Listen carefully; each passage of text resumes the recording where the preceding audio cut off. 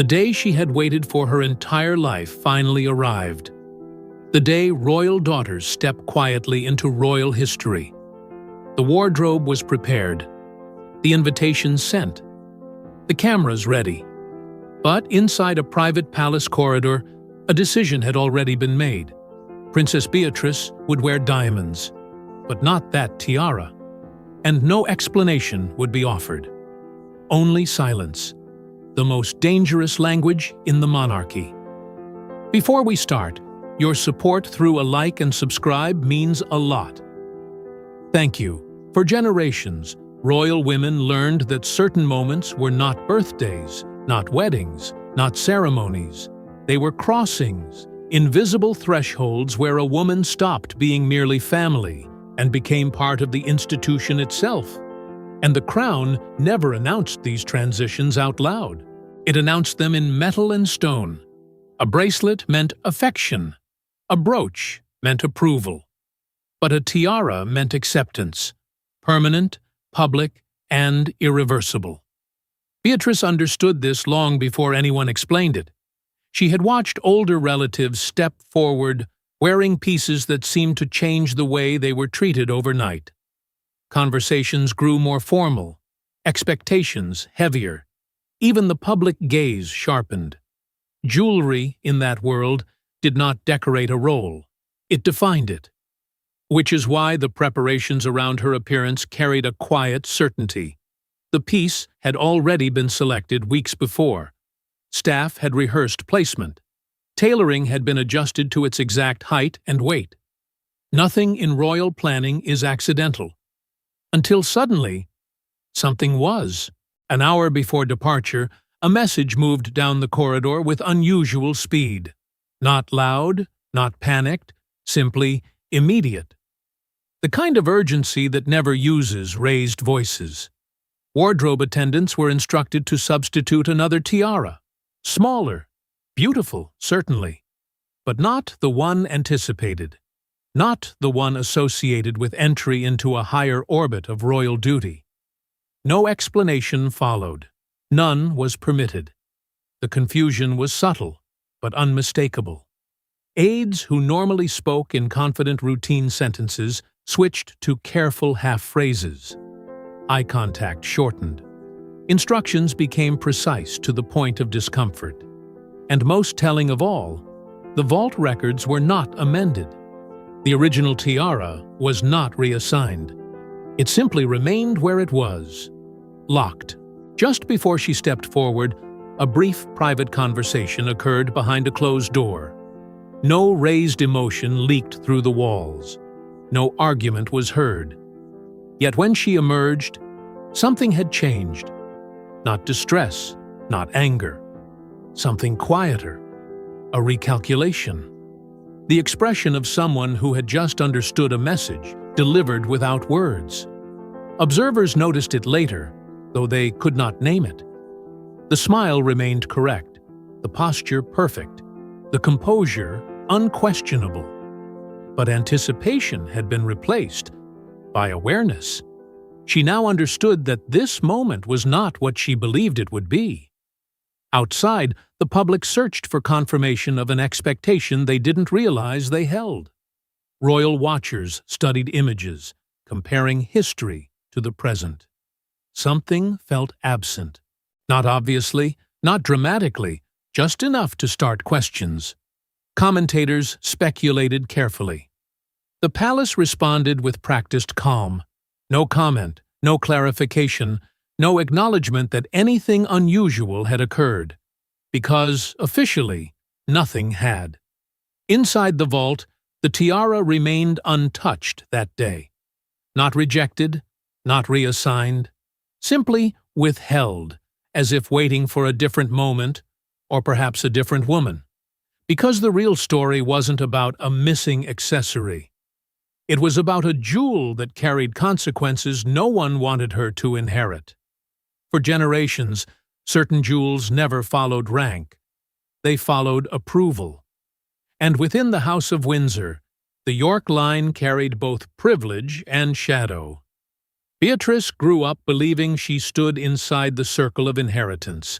But the crown doesn't only remember loyalty, it remembers risk. And this particular tiara had a history of binding its wearer to the monarchy in ways that could never be undone. Inside the royal family, blood places you near the throne. Duty determines whether you remain there. That difference is never written in public documents, yet it shapes every corridor conversation. Some relatives live as representatives of the institution. Others live beside it, loved, protected, but gently separated. The distinction rarely needs to be spoken, because the crown communicates through gestures rather than statements, and inheritance is its most precise language.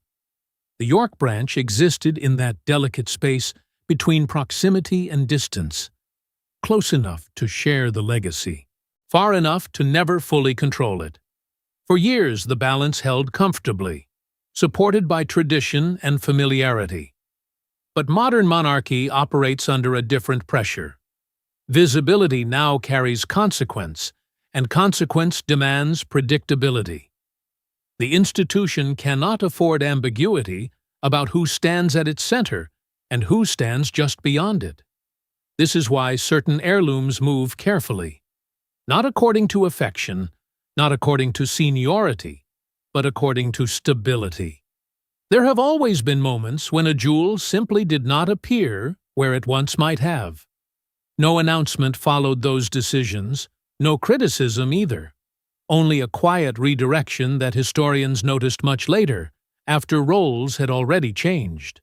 The tiara Beatrice expected belonged to that category, not decorative, not ceremonial, but declarative. Women who wore it did not merely attend royal life, they embodied it. Their public presence stopped being optional. Their future became intertwined with the crown's survival narrative. Wearing it meant stepping into permanence, and permanence is something the monarchy grants cautiously. Reputation therefore became currency.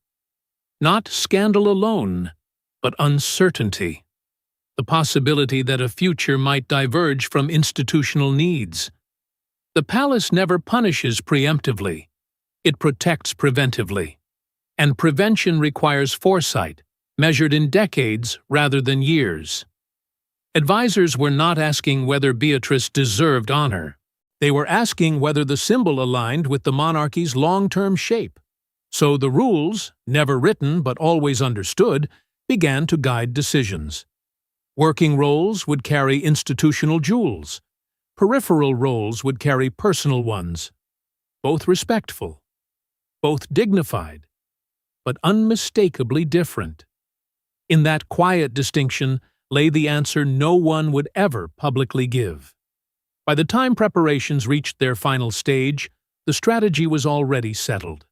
No confrontation, no demotion, only a subtle repositioning, the kind that preserves family harmony while redrawing institutional boundaries. The tiara remained where it had always rested, not withheld out of rejection, but out of direction. And that's when attention turned to the tiara itself. Because this wasn't just jewelry, it was a declaration. Among hundreds of royal jewels, only a few carry institutional meaning. This tiara wasn't known for its diamonds. It was known for its appearances. Every woman who wore it entered a new level of royal responsibility immediately after. Every single one. Which meant the palace wasn't deciding who deserved the tiara. The tiara decided who the monarchy trusted to represent its future.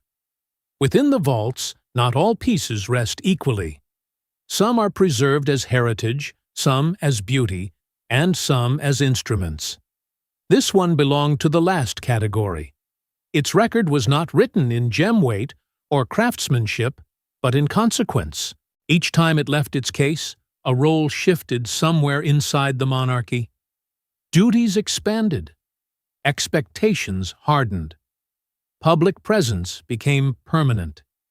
It never accompanied comfort, only commitment. That pattern did not escape those who worked closest to the collection. Curators treated it with a precision bordering on ritual. Requests involving it moved through different channels than other jewels. Approval required higher authority. Even conversations about it adopted careful phrasing, as though speaking too casually risked misunderstanding its purpose. It was not borrowed, it was assigned. And assignment implied decision already made long before the wearer understood it. History reinforced the rule. Women who once wore it found their calendars filled beyond reversal. Private life narrowed. Public identity solidified. The tiara did not elevate status after the fact. It formalized a transition already determined behind closed doors. In that sense, the jewel functioned less like adornment and more like confirmation. When it appeared, the institution was quietly announcing stability to the world without uttering a single declarative sentence. Unlike other heirlooms, it was never used for sentiment. Birthdays passed without it. Weddings occasionally bypassed it. Celebrations ignored it entirely. It emerged only when continuity required reassurance. Its presence communicated permanence, and permanence required predictability. That predictability shaped decisions about who could carry its meaning safely into future decades. Staff understood the distinction instinctively. Preparation around it lacked the relaxed familiarity granted to other pieces. Documentation doubled. Security layers tightened. Even handling carried a sense that they were not preparing jewelry, but preparing narrative. Because the monarchy survives not only through law or tradition, but through perception. And perception depends on symbols that cannot contradict the future being planned. Over time, the tiara became less an object and more a message. Wearing it did not celebrate a role, it created one. The wearer became an anchor point around which public understanding reorganized itself.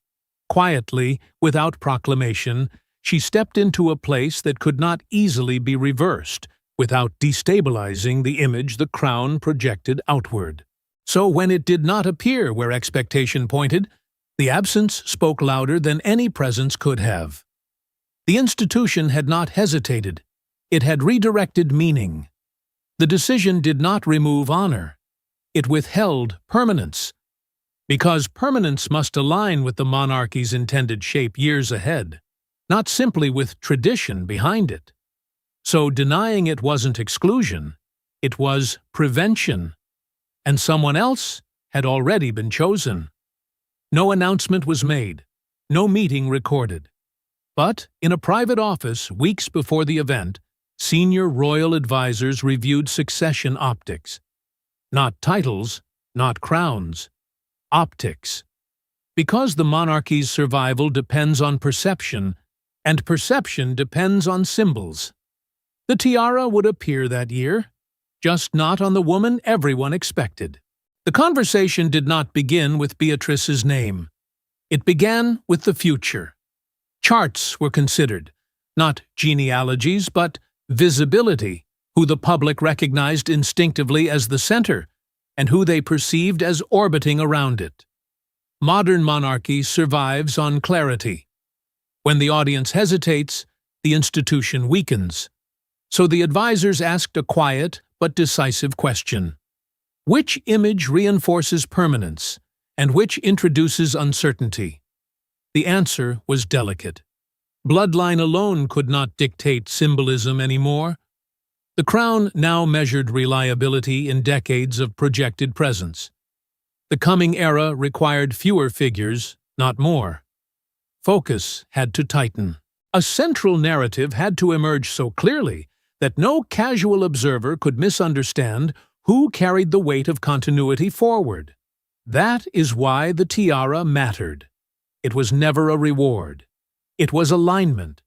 Allowing it to appear on someone outside the long-term operational core risked creating a second center of gravity, a possibility the monarchy could not permit.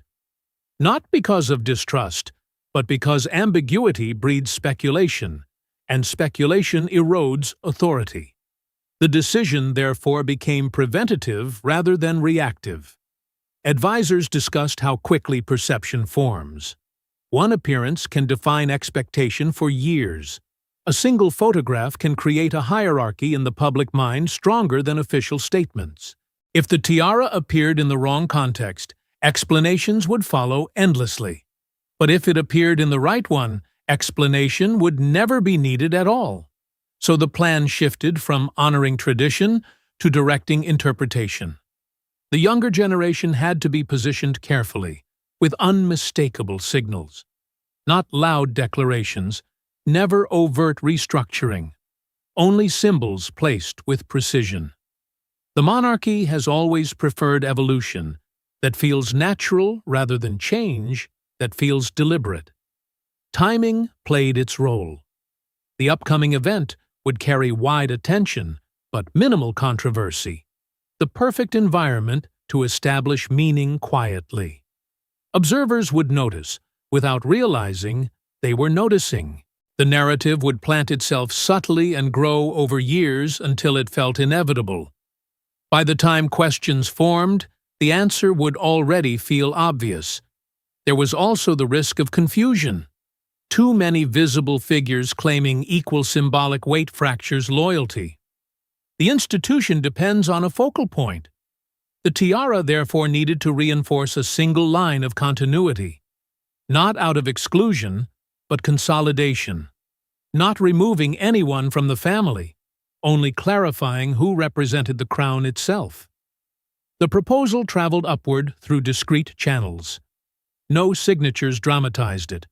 No debate leaked beyond the walls. Approval arrived in the monarchy's traditional form. Silence, accompanied by implementation.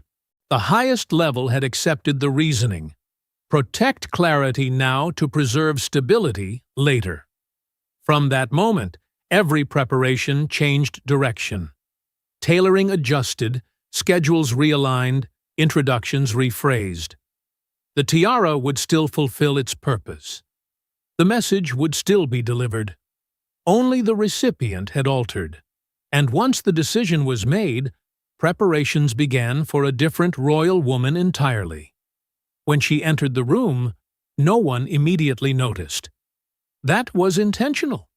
The palace didn't want a dramatic reveal. It wanted inevitability.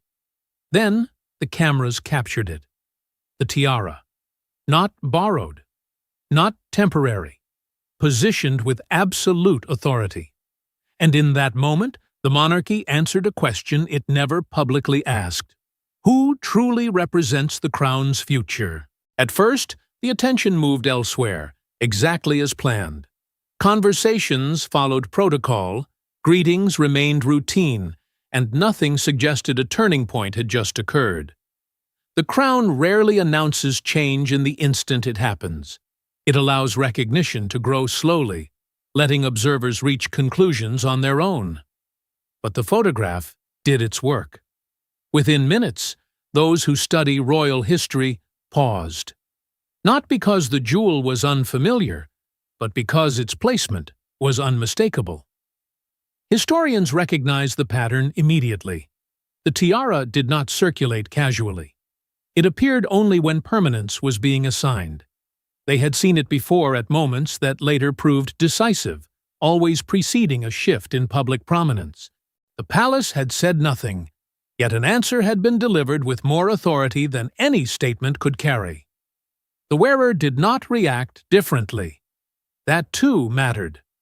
No grand introduction, no emphasis, no acknowledgement that anything extraordinary had occurred. The monarchy prefers transformation without spectacle. If the moment feels ordinary, it becomes permanent more easily. The audience accepts what is never argued. Questions began forming publicly, but the official response remained disciplined silence. Requests for clarification received polite distance. There was no confirmation, no denial, not even deflection, only continuation. And continuation is the crown's strongest message. By refusing explanation, the palace allowed the symbolism to stand alone, uncontested. Over the following weeks, appearances reinforced what the first image suggested. Invitations aligned differently. Positioning shifted subtly. The same tiara reappeared in contexts associated with institutional authority rather than celebration. Each time, recognition deepened.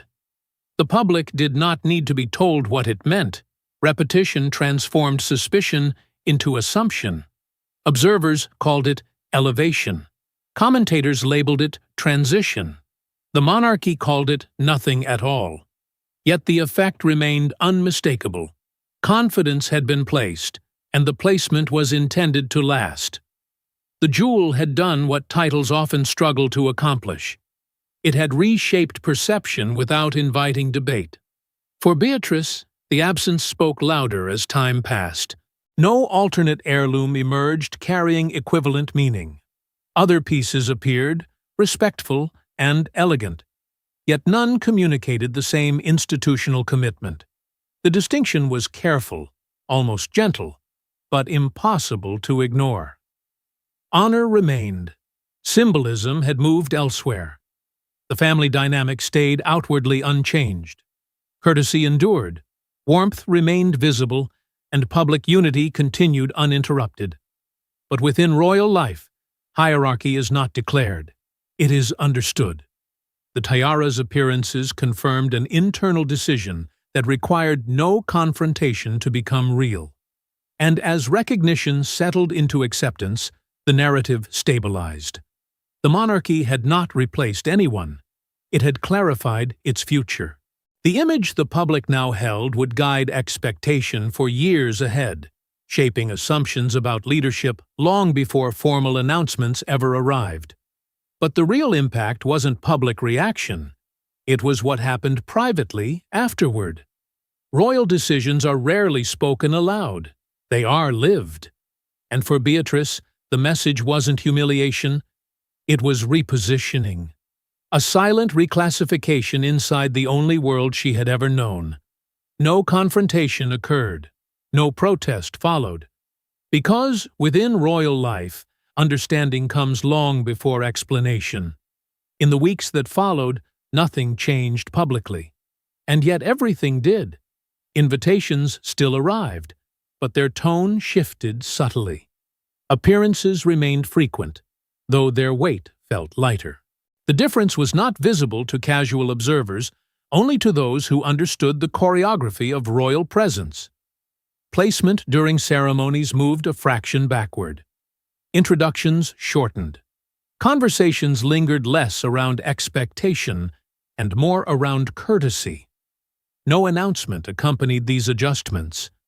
None was necessary. The monarchy rarely removes. It rearranges. By adjusting proximity rather than position, it reshapes perception without wounding loyalty. Beatrice continued to be welcomed everywhere she had always been welcomed, but no longer at the invisible center where institutional meaning gathers. Wardrobe followed the same language. Jewelry selections leaned toward elegance rather than symbolism. Beautiful pieces appeared, carefully chosen, yet they carried no institutional message. They honored family connection while quietly avoiding constitutional implication.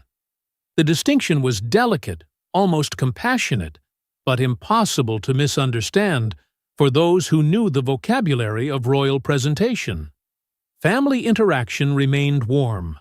Public moments displayed familiarity, reassurance, even affection.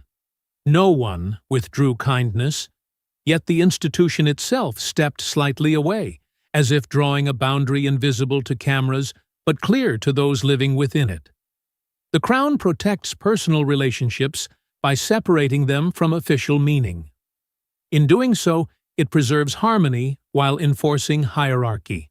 There was no visible disappointment, because disappointment would suggest expectation had been promised. Instead, there was adaptation.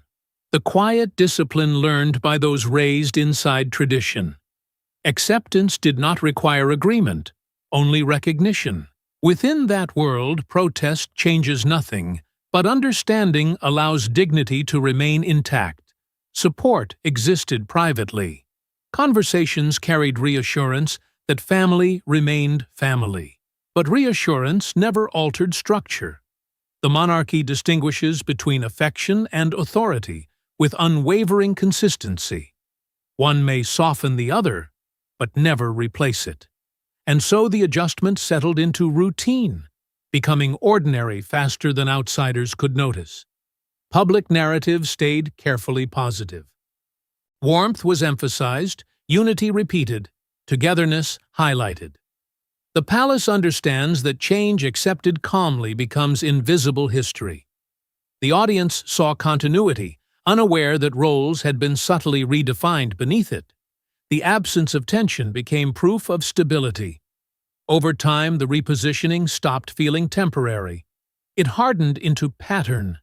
Appearances aligned accordingly, expectations recalibrated, and the earlier anticipation surrounding that single tiara faded into something quieter, an unspoken awareness that a path had been redirected without accusation or blame, which revealed something deeper. The tiara was never about family. It was about the crown's long game. For over a century, the monarchy has communicated its plans without speaking them. Titles announce authority, but jewels announce permanence. By moving a single tiara from one royal woman to another, the palace reshaped the public map of the royal future, without issuing a single statement. The crown understands something few institutions ever master. Words invite argument, symbols invite acceptance. When a proclamation is spoken, it can be challenged. When it is worn, it becomes part of memory. The monarchy therefore favors signals that feel organic, moments that seem ceremonial, but quietly redraw expectation. A jewel appears, and suddenly, the audience knows where to look next, even if no one told them why. That is why the tiara mattered more than any press release could. It did not explain the future. It introduced it. The public rarely studies constitutional nuance, but it instinctively understands hierarchy. Who stands closest? Who stands slightly apart? Over time, these impressions solidify into certainty, and certainty becomes legitimacy. The palace was not simply managing an event, it was preparing perception years in advance. Generational transition requires patience. Abrupt change threatens continuity, yet delayed change risks irrelevance. The monarchy survives by letting tomorrow arrive gradually enough to feel familiar. By placing the tiara where long-term leadership would reside, the institution began acclimating its audience to a coming structure. Viewers would grow comfortable with the arrangement before ever realizing it had been arranged. The distinction between family and monarchy, therefore, had to be clarified without division. Everyone could remain respected, visible, and valued, but only some would embody the institution itself. Jewelry provided the perfect language. Personal pieces celebrated belonging. Institutional pieces defined responsibility.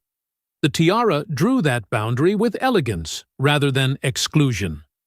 Modern relevance depends on clarity. In an era of constant scrutiny, uncertainty multiplies speculation. Speculation weakens authority. So the palace avoided confrontation by offering certainty quietly. No correction needed to follow because no controversy had been created. The message arrived gently, and gentle messages are rarely resisted. Visual hierarchy became the new proclamation. Appearances reinforced it.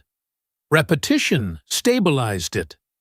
Over time, the audience stopped noticing the symbol and started accepting its implication. That is the crown's preferred victory. A decision so seamless it feels inevitable rather than imposed. The brilliance of the strategy lay in restraint. Nothing was taken away publicly. No affection withdrawn. No titles altered. Yet the direction became unmistakable. The central branch stood defined. The supporting branches honored, but separate. Authority consolidated without ever appearing defensive.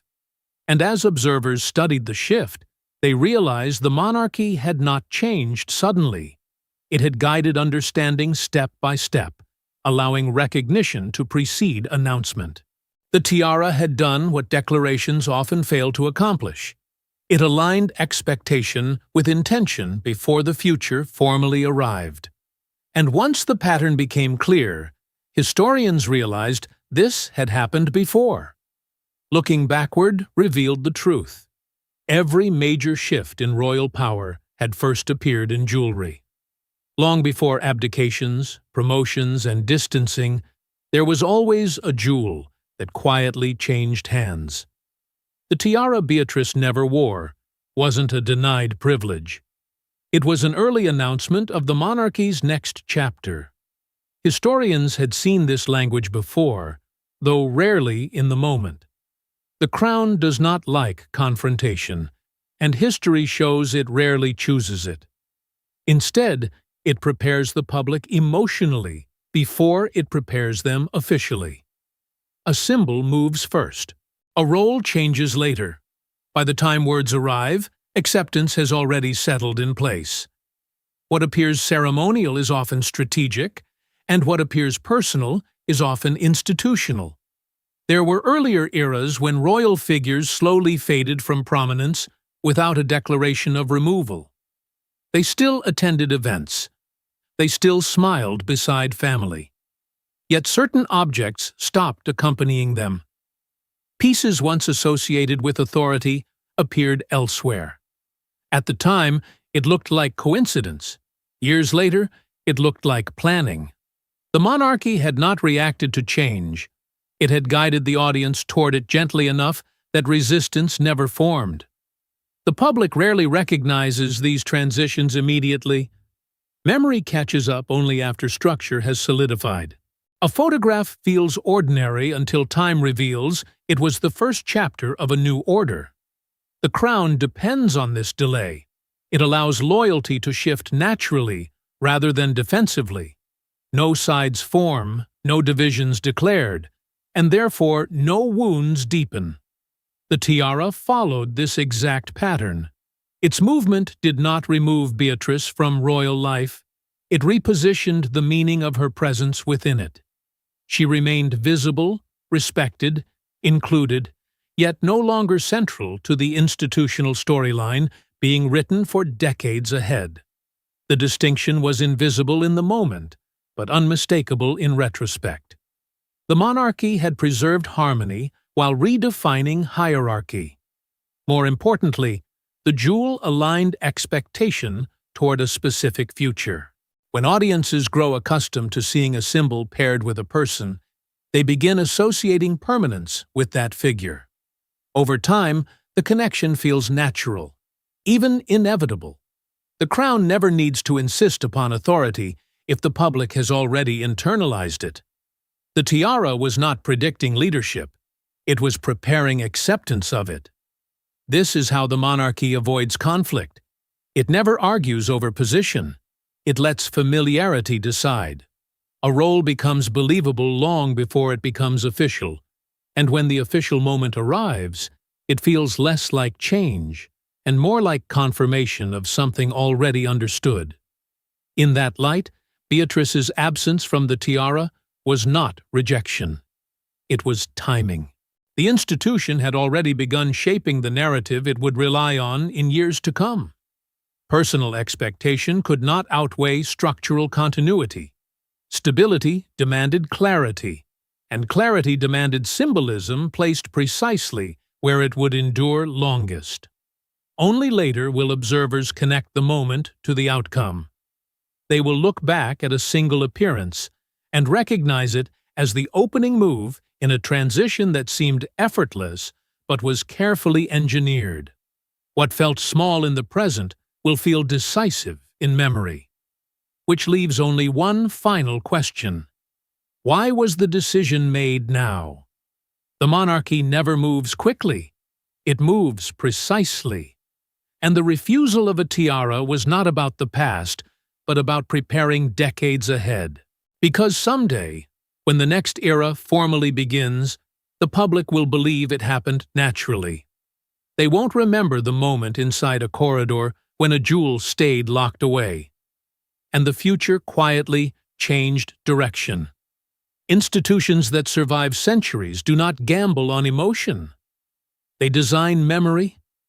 What people feel familiar with becomes what they trust, and what they trust becomes what endures. The crown therefore shapes recognition long before authority formally transfers. By the time a new era arrives, it must feel less like a change and more like a continuation the audience has already accepted. The tiara served that purpose perfectly. Its appearances began forming a pattern the public absorbed unconsciously. Each repetition strengthened association, each association strengthened expectation. Without instruction, observers started imagining tomorrow through the figure now consistently linked to permanence. The monarchy did not ask permission for the future. It rehearsed it until it felt inevitable. In that design, Beatrice's path quietly diverged. Not diminished, not excluded, simply redirected into the private sphere where affection remains, but constitutional meaning fades. The difference mattered profoundly to the institution, even if it remained invisible to casual attention. A family member may remain beloved while no longer representing the structure itself. The crown separates sentiment from stability with careful discipline. The wearer of the tiara, meanwhile, accumulated continuity. Appearances became familiar. Authority became intuitive. Over time, the public stopped questioning placement and began assuming it. That assumption is the monarchy's strongest safeguard against uncertainty. When transition finally occurs, acceptance will already exist because the image has lived in collective memory for years. This was preservation, not preference. By clarifying roles early, the palace avoided future confusion. It prevented competing interpretations before they could arise. Stability requires foresight, and foresight often appears cold in the present but compassionate in the future. The decision spared the institution from later shock while sparing the family from open conflict. And so the moment passed without drama. No announcement marked it. No debate followed. Yet its consequences stretched forward across decades, shaping how history would later understand what seemed like an ordinary absence. The tiara did not simply crown a person, it anchored a timeline. In the monarchy, crowns declare the present, but tiaras decide the future. And this one already has.